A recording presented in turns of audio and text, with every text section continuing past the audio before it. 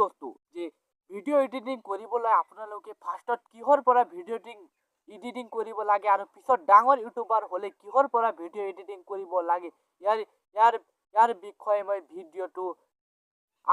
ভিডিঅ'টো আৰম্ভ কৰিম। তেনেহ'লে বলক ভিডিঅ'টো আৰম্ভ কৰোঁ।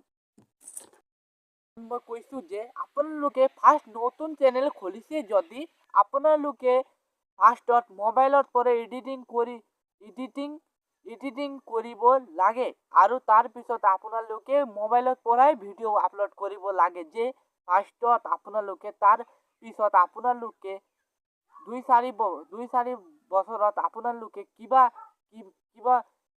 ডাঙৰ ইউটিউবাৰ হ'লে আপোনালোকে তাৰপিছত আপোনালোকে কিবা কম্পিউটাৰ পৰা এডিটিং কৰিব পাৰিব। ডাঙৰ ব্লগাৰ হ'লে যে ডাঙৰ ব্লগাৰ হ'লেতো নিজকে ভাল নালাগে মোবাইল পৰা ভিডিঅ' এডিটিং কৰিবলৈ। সেইকাৰণে আপোনালোকেও পিছত ডাঙৰ ব্লগাৰ ডাঙৰ ইউটিউবাৰ হ'লে আপোনালোকেও কম্পিউটাৰ পৰা ভিডিঅ' এডিটিং কৰিব লাগে।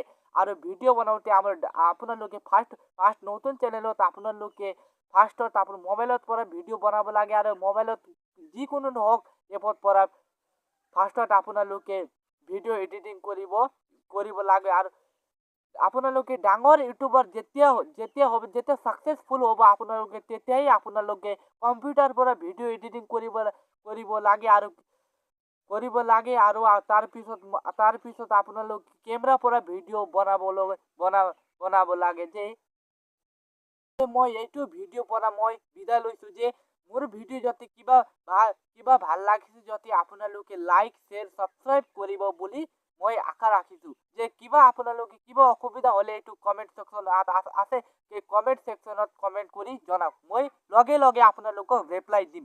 তেনেহ'লে মই আজিৰ ভিডিঅ'ৰ পৰা মই বিদায় ল'লোঁ। ধন্যবাদ।